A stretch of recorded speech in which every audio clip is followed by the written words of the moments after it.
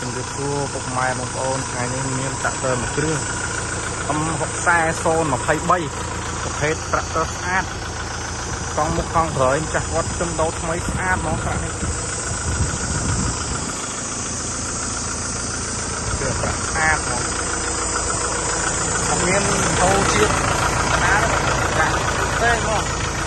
ទំបីដីហើយអញ្ចឹងបងប្អូនមើលជ្រាបកន្លែងណាកន្លែងណីអីបងប្អូនមើលដឹងហ្មងម៉ាស៊ីនណាម៉ាស៊ីនស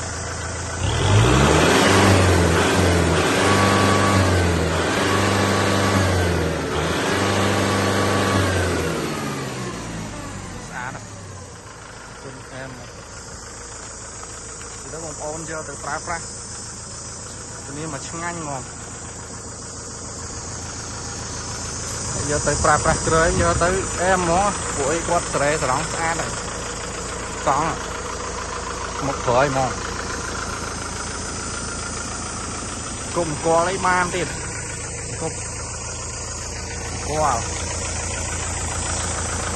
បើបងប្អូនណា